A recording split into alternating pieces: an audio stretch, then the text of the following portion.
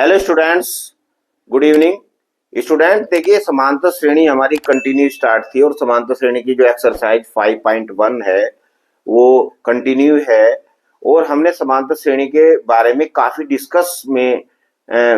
Details में discuss किया है। और यदि आप लोगों को समांतर श्रेणी से संबंधित कंसेप्ट सीखने हो और समांतर श्रेणी से संबंधित क्वेश्चंस जो हैं वो करने हो तो आप हमारे चैनल पर जा करके देख सकते हैं और कर सकते हैं। स्टूडेंट्स, जैसे कि हमारे पास क्वेश्चन नंबर 3 है, एक्सरसाइज 5.1 का क्वेश्चन नंबर 3 है, right the first terms and the common difference of an AP.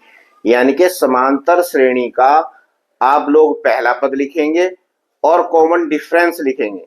देखिए कितना सिंपल क्वेश्चन है, कितना आसान क्वेश्चन है कि फर्स्ट टर्म्स भी इसमें डायरेक्ट दिखाई दे रहा है आप लोगों को, और कॉमन डिफरेंस भी आप लोग कैसे निकालेंगे वो मैं आप लोगों को बता रहा हूं।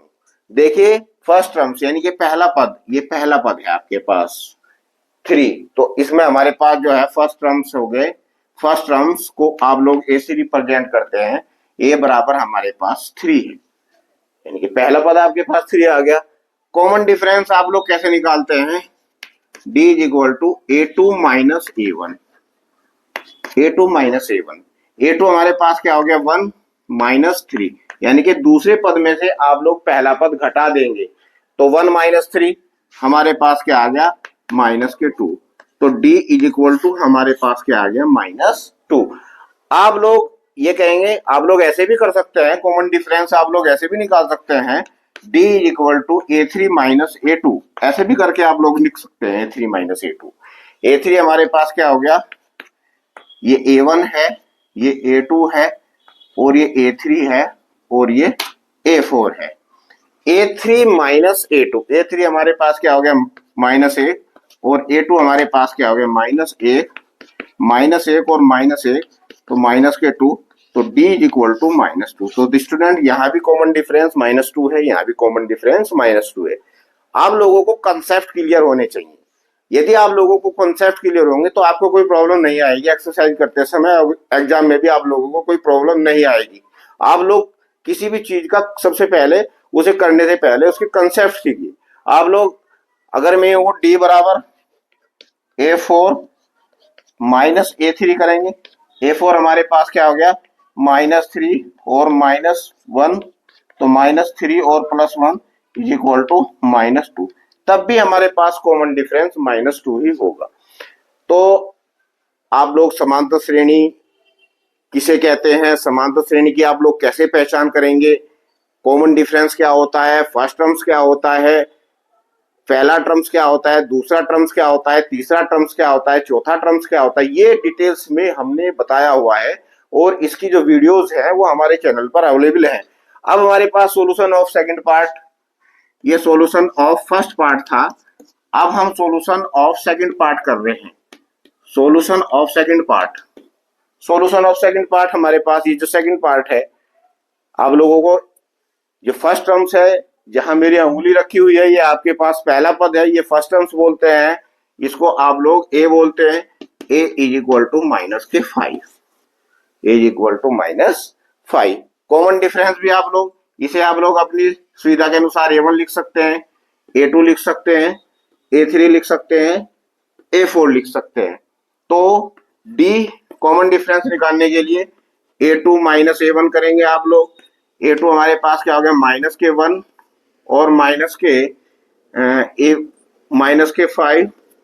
+5 d इज इक्वल टू 4।